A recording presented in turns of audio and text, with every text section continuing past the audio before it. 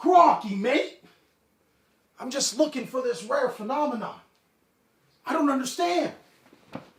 There have been a lot of people in the community that have been complaining that I make cards skyrocket in price. So I've been looking for this rare animal. This animal will solve all our problems.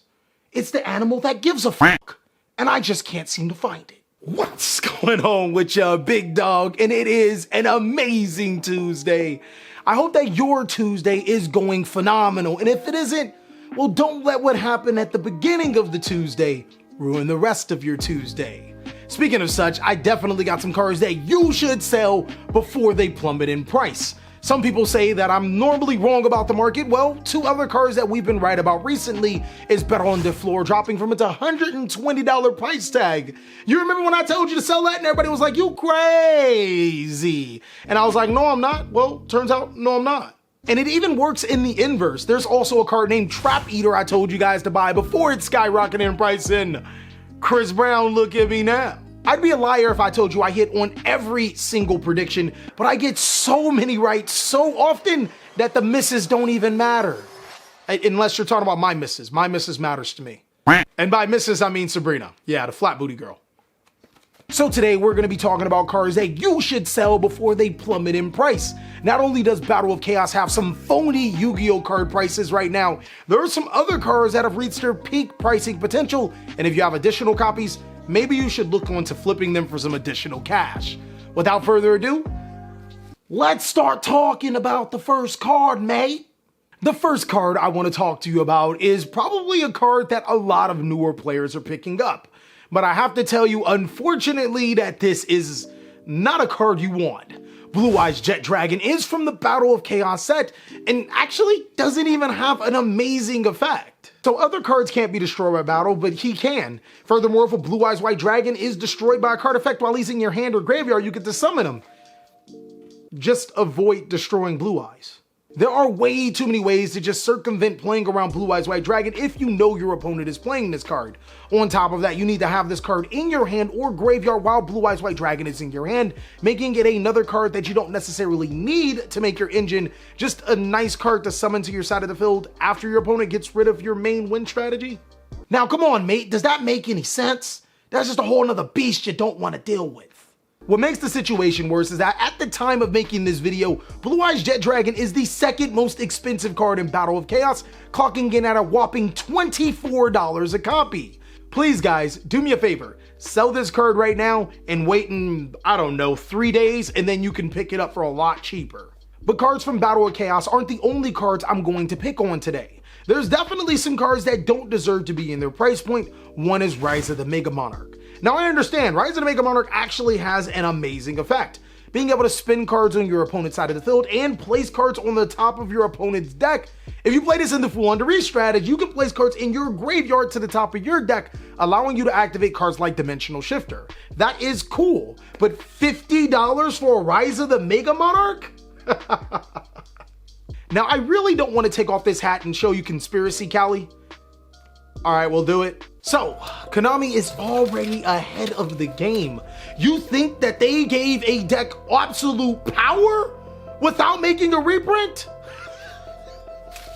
Oh, you better flip those Rise of the Mega Monarchs as soon as Flu Underrees make their first top. Why? Because in Ghosts from the Past, Rise of the Mega Monarch is gonna be reprinted. Think, forehead, what's in Ghosts from the Past? Ghost! What is Ryza? A ghost of a card! I do think that there's a little bit of a risk that Rise of the Mega Monarch will peak just a little higher if Flu Underrees do extremely well within the next upcoming weeks, but you have to understand that you're balancing against this with the announcement of the Rise of the Mega Monarch reprint. You're gonna genuinely have to tread lightly for that particular moment, but one thing you won't have to tread lightly for is selling the Zombie Vampire. The Zombie Vampire is another secret rare from the Battle of Chaos set that just found itself in the $10 price range. Now, I'm actually a fan of vampires myself, but $10 for a card we know is not going to be competitive, yeah, you playing yourself right now. I mean, I guess it could pair well with Galaxy Eye Cypher Dragon if you are playing a rank 8 deck, but really, do you think that this card is going to be more than $2 or $3 in the next couple of weeks? I think that it's going to be $2 or $3 in the next couple of weeks. But one thing that a lot of players may hope will be $2 or $3 in the next couple of weeks, but will never happen, is Pot of Prosperity.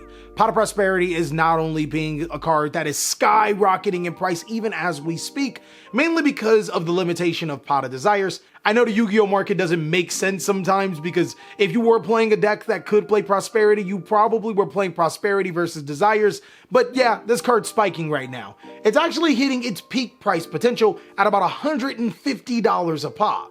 Pot of Prosperity is easily one of the most expensive pot cards since the boomer days of Pot of Duality. In the boomer days it was, Zoomer Kelly. I remember back when Pot of Dualities were $175, Tour Guides $210, Dark Arm Dragons and Judgment Dragons $200. But you already know, Gladiator Beast, best deck, let's go!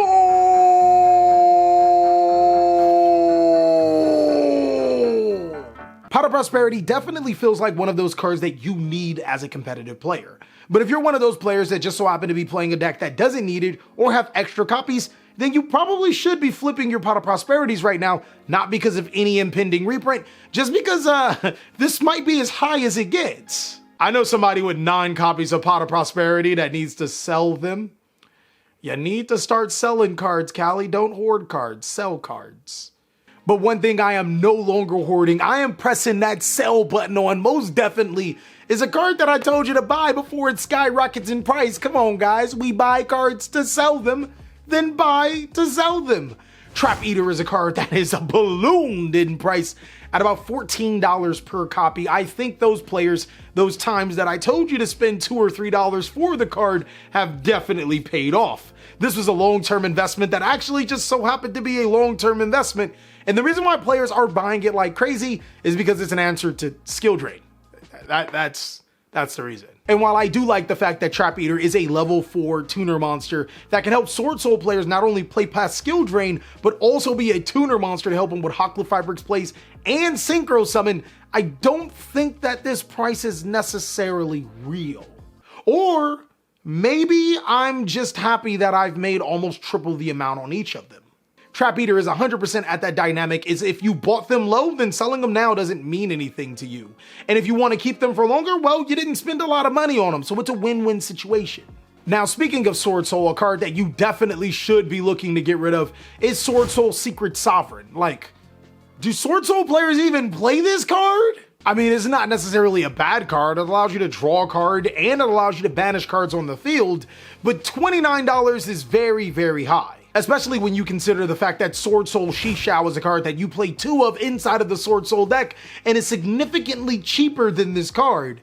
Something don't feel right about this situation here. Sword Soul Sinister Sovereign Xing Long Yuan, I have no idea how to say this card's name, but it's definitely a terribly powerful Yu-Gi-Oh card, just not worth that $20 price tag or that $24 price tag. And speaking of price tags, a card that I would definitely get rid of while it is high right now is Skill Drain. Now, if I didn't love Skill Drain so much. I love you, Skill Drains. Don't leave me. Oh no, no, no, no. All 6 of you. All 6 of you. I love you, Skill Drain. Then I would 1000% be flipping them right now. Why, you may ask? Well, look, there's this side set that not a lot of people have paid attention to, and it's supposed to print dual terminal copies of cards.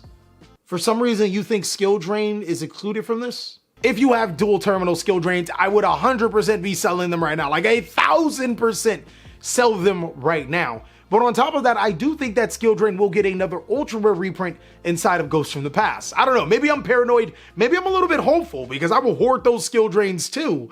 But eventually Skill Drain will get a reprint and the best time to sell yours is around this time. And the last card I really, really want to get through your head that you should sell before it plummets in price is another card that is almost guaranteed to be printed inside of the dual terminal set that's coming up in March. Miss Valley Apex AVIAN has been instrumental for the Tri-Brigade, Bird Up, Lyrilusk, whatever you want to call it, strategy.